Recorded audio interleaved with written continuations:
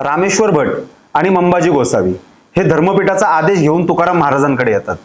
आम्ही पंडित काय मेलोय की काय असं विचारत रामेश्वर भट, तुझ्या वक्तव्यामुळे सगळ्या परंपरेविषयी लोकांच्या मनात संभ्रम निर्माण झालाय, यावर उत्तर देण्यासाठी फाल्गुन मध्य नवमीला धर्मपीठासमोर हजर राहा असं तुकाराम महाराजांना बजावून सांगतात। श्रीयुत रामेश्वर भट्ट वाघोलीकर आणि मंबाजी बुवा गोसावी यांनी दिवाणात तक्रार दिलेली आहे। यावरून श्री तुकोबा पिता बोल्लोबा आंबिले यांनी जाती विशिष्ट विहित कर्माबद्दल आगळीक करून वर्णाश्रम धर्मास धक्का पोचवण्याचा गंभीर गुन्हा केलेला आहे। आरोपपत्राला उत्तर देण्यासाठी तुकाराम महाराज हे धर्मपीठासमोर उभे राहतात आणि ज्ञान मिळवण्याचा अधिकार हा सर्वांना आहे असं ठणकावून सांगतात। तुकारामांच्या निर्भीड आणि स्पष्ट वक्तेपणामुळे संपूर्ण सभागृह हे स्तब्ध होतं। सत्य आम्हामनी नोहे गबाळाचे धनी, देतो तीक्ष्ण उत्तरे पुढे व्हावयासी बरे। अहो, जिथे अंधार होता तिथे दिवे लावण्याचा आम्हाला अधिकार नाही असं तुम्ही म्हणता, तर मग तुम्ही दिवे लावायचे। आम्ही काय करावं हे तुम्ही सांगू नका। ज्ञान मिळवण्याचा अधिकार प्रत्येकाला आहे। तर मित्रांनो, हा होता चंद्रकांत कुलकर्णी दिग्दर्शित तुकाराम या चित्रपटातला एक सीन।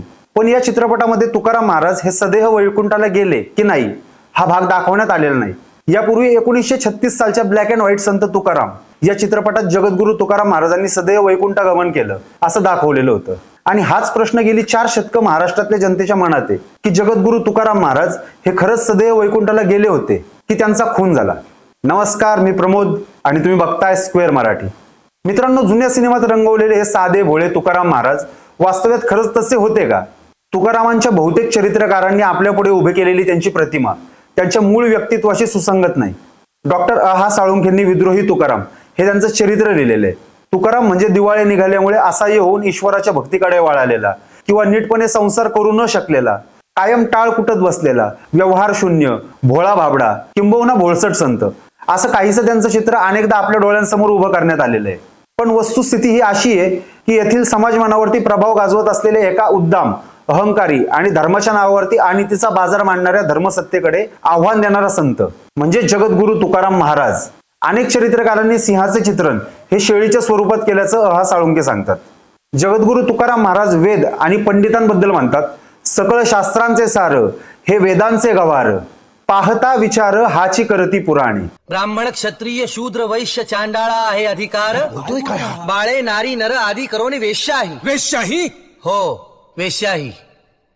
सर्वांना नाम संकीर्तन करण्याचा, परमेश्वराच्या जवळ जाण्याचा अधिकार आहे। मित्रांनो, जगद्गुरु तुकाराम महाराजांनी हा अभंग रचला आणि वेदांवरील पारंपरिक मक्तेदारीला आव्हान दिलं।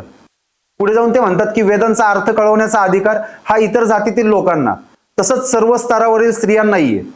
पुढे साळुंखे लिहितात की हे विचार तात्कालीन समाजात रुचणारे नव्हते, म्हणूनच त्यांचा छळ होत होता।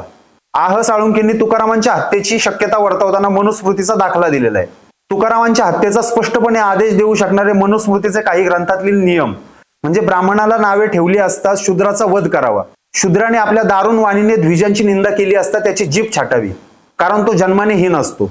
संत तुकारामांच्या शिष्या संत बहिणाबाई यांनी तुकोबांबद्दल लिखाण केलेलं आहे। देहूमधले मंबाजी गोसावी जगद्गुरु तुकाराम महाराज आणि त्यांच्या अनुयायांचा कसा छळ किंवा द्वेष करत होते याविषयी संत बहिणाबाई लिहितात, तुम्हासी वाळीस ब्राह्मणांचे पंक्ती, तुम्ही गुरु भक्ती नका सांगू, बहिणी म्हणे आयसी मंबाजी बोलिले, द्वेषही मांडिले तेची क्षणी। पण अनेक चरित्रकारांना तुकोबांच्या मृत्यूबद्दल ही शक्यता अजिबात मान्य नाही। तुकाराम महाराजांचे वंशज श्रीधर महाराज मोरे यांनी तुकाराम महाराजांचे चरित्र लिहिलेले आहे। या पुस्तकात जगद्गुरु तुकाराम महाराजांच्या वैकुंठ गमनाविषयी एक प्रकरण आहे। श्रीधर महाराज लिहितात, इंद्रायणी काठी तुकोबांचे कीर्तन सुरू होतं, त्यांनी सर्वांना आम्ही वैकुंठाला जात आहोत, तुम्ही माझ्याबरोबर वैकुंठाला चला असं सांगितलं। 14 टाळकऱ्यांनी क्षेमालिंगन दिलं, सकळही माझी बोळवण करा परतोनी घरा जावा अशी सूचनाही केली आणि भगवत कथा करीत असताना तुकोबा अदृश्य झाले। आता या प्रयाणाचा उल्लेख हा राज्याभिषेक शके 30च्या देहूगावच्या संध्येत आहे असं श्रीधर महाराजांनी लिहिलेलं आहे।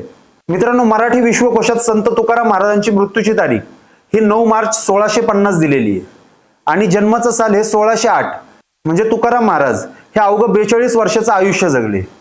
प्रयण काळी देवे विमान पाठविले, कळीच्या काळा माझी अद्भुत वर्तविले, मानव देह घेऊन निजधामा गेले, निळा म्हणे सकळ संता तोषविले।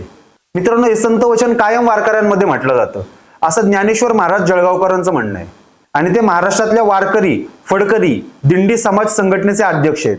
त्यांच्या मते तुकाराम महाराज हे सदैव वैकुंठाला गेले आणि यावर सर्व वारकऱ्यांची नितांत श्रद्धा आहे। आणि या श्रद्धेच्या विरोधात बोलणाऱ्या व्यक्तींचा वेळोवेळी निषेध केल्याचं ते म्हणतात. आता आणखीन एक प्रश्न उपस्थित होतो, ते म्हणजे जगद्गुरु संतश्रेष्ठ तुकाराम महाराज हे छत्रपती शिवाजी महाराजांचे गुरु होते. मग समजा जर तुकाराम महाराजांचा घात झाला असता तर या गोष्टीबाबत त्यांनी चौकशी किंवा आरोपींना शिक्षा केल्याचं दिसून आलंच असतं.